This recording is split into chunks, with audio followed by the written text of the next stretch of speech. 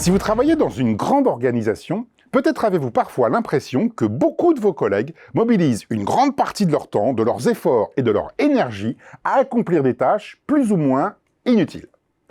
Peut-être avez-vous l'impression que vous-même, vous êtes victime de ce phénomène.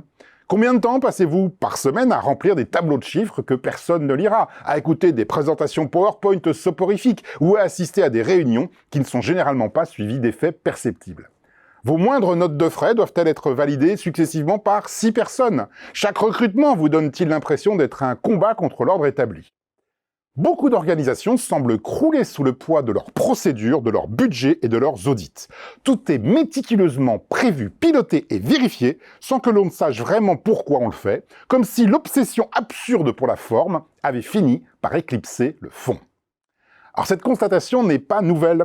Dans un article publié en 1963 dans la Harvard Business Review, le célèbre auteur de management Peter Drucker a ainsi déclaré « Il n'y a sûrement rien de plus inutile que de faire avec une grande efficience ce qui ne devrait pas être fait du tout ». Il ajoutait d'ailleurs que l'important, ce n'est pas tant de bien faire les choses, mais plutôt de faire les bonnes choses. Pour prendre une analogie moderne, on pourrait dire que lorsque l'on dirige une entreprise, eh bien, il est plus important d'avoir une boussole que d'avoir un GPS. Une boussole vous donne un cap, une orientation, un but, alors qu'un GPS détaille précisément chaque route, chaque intersection et chaque étape. Or, eh bien, une des meilleures manières de s'égarer, eh bien, c'est certainement de se focaliser sur le chemin en oubliant la destination. On en vient ainsi à ne plus très bien savoir où l'on va, mais à être submergé d'informations et d'instructions sur comment y aller.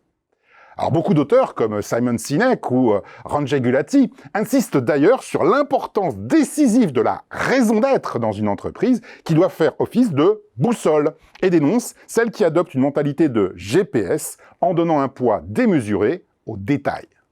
Alors bien entendu, il faut modérer ces affirmations. Toute organisation a besoin d'outils de pilotage. Et une idée claire de ce que vous voulez faire ne suffit certainement pas pour que vous y arriviez.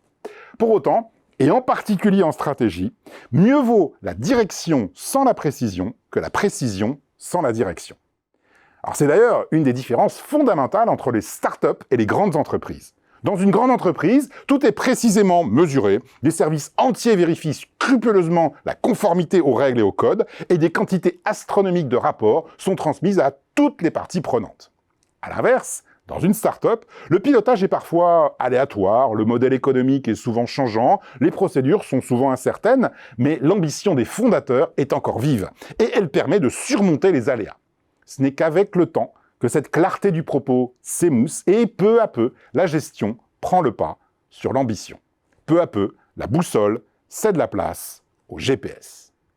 Par conséquent, même si vous êtes dans une grande organisation, essayez de ne pas oublier pourquoi elle existe et plutôt qu'une énième mise à jour de son GPS, toujours plus précis, toujours plus intrusif, eh bien privilégiez le sens que vous donne sa boussole.